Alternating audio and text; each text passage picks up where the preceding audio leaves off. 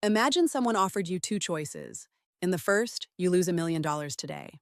In the second, you lose $1 million so slowly that you barely notice it happening. Most people would choose neither. But every day, millions of people accidentally choose the second option. Not because they're reckless, not because they're bad with money, and usually not because they don't earn enough.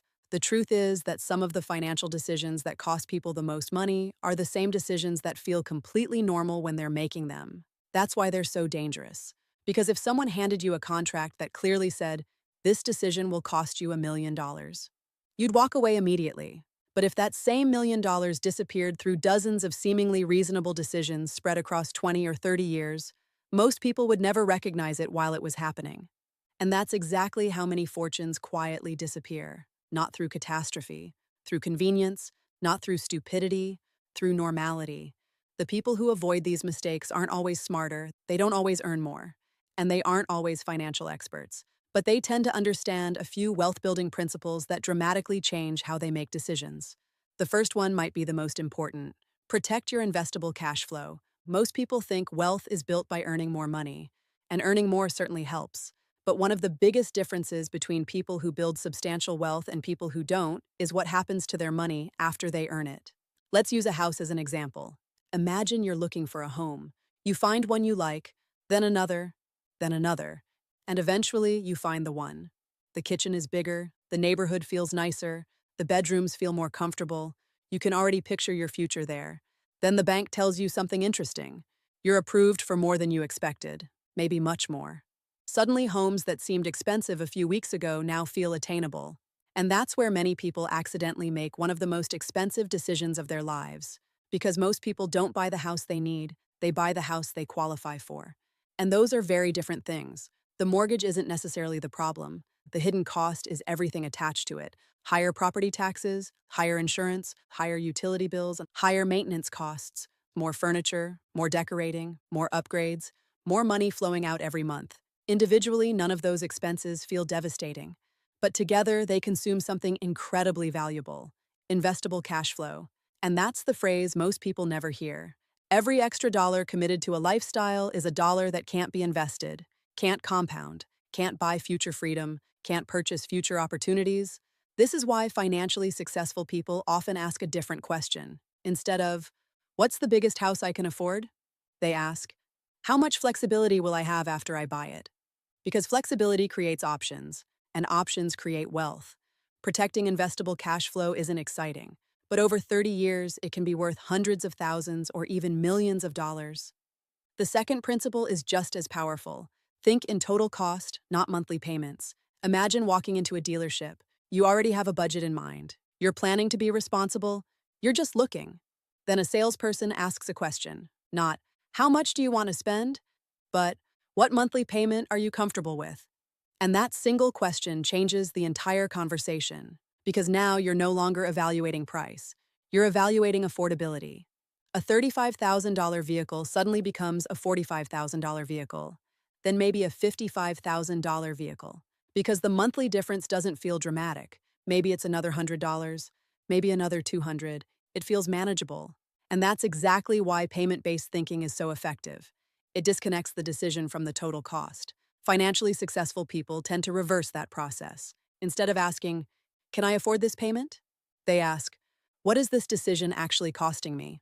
Not just today, over 5 years, over 10 years, including insurance, maintenance, depreciation, lost investment opportunities, because every extra dollar flowing into a depreciating asset is a dollar that isn't flowing into a productive asset. The payment isn't the cost. The redirected cash flow is the cost. And over decades, that difference can become enormous.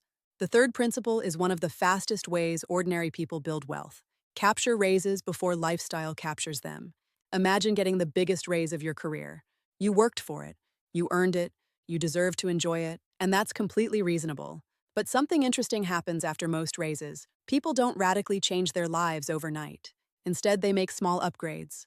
A nicer apartment, more dinners out, better vacations, more subscriptions, a newer vehicle, a few conveniences, a few rewards, a few luxuries. Nothing outrageous, nothing irresponsible, just slightly better. And that's why lifestyle inflation is so difficult to notice. Because it feels like progress. In many ways, it is progress. The problem is that lifestyle upgrades tend to grow alongside income. As a result, many people spend years earning more while never feeling significantly wealthier. Financially successful people often do something different.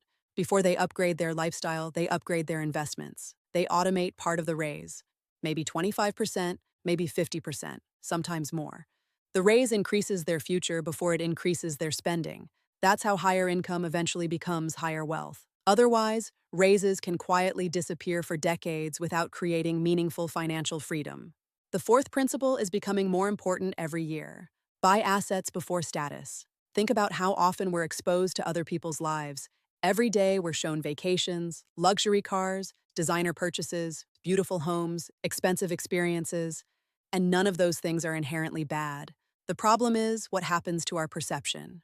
What once seemed extravagant slowly starts feeling normal. What once seemed expensive starts feeling reasonable. And eventually, people begin spending money trying to keep up with standards they never intentionally chose. This is where many people accidentally confuse looking wealthy with becoming wealthy, because those are very different goals. A luxury watch can signal success. A strong investment portfolio creates success. A designer purchase can look impressive. A productive asset quietly compounds in the background, whether anyone sees it or not. Many wealthy people understand something that doesn't get talked about enough. Assets create options. Status symbols create expectations. One makes life easier. The other often becomes something you have to keep maintaining. That's why some people who appear wealthy are surprisingly fragile financially, and why some genuinely wealthy people look remarkably ordinary. One invested in appearances, the other invested in ownership. The final principle might be the most powerful of all. Time is your most valuable asset, and unlike money, you can never earn more of it. People delay investing for understandable reasons. They want to learn more, they want more certainty, they want more money, they want better timing, and they want life to settle down first. Every one of those reasons sounds reasonable. That's the problem. Most expensive financial decisions do, but time is one of the few resources you never get back. You can recover from bad investments, you can rebuild savings, you can earn more income. You cannot recover years that never compounded. And this is where many people accidentally lose enormous amounts of wealth. Not because they chose a terrible investment, because they delayed a good one.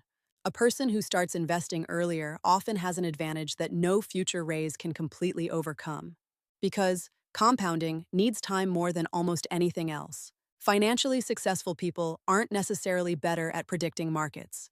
They're often just better at getting started. They understand that imperfect action is usually more valuable than perfect timing.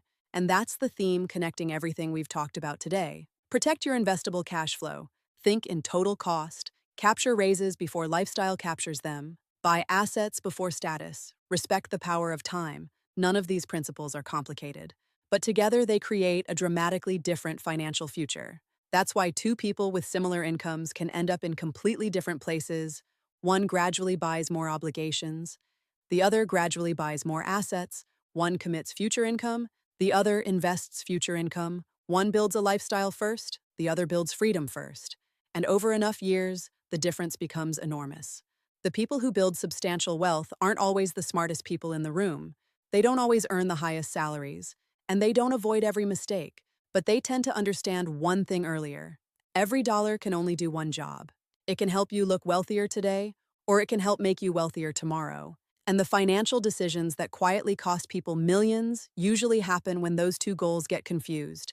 Because the biggest financial mistakes rarely announce themselves. They arrive disguised as completely reasonable decisions. And that's exactly why so many people never see them coming.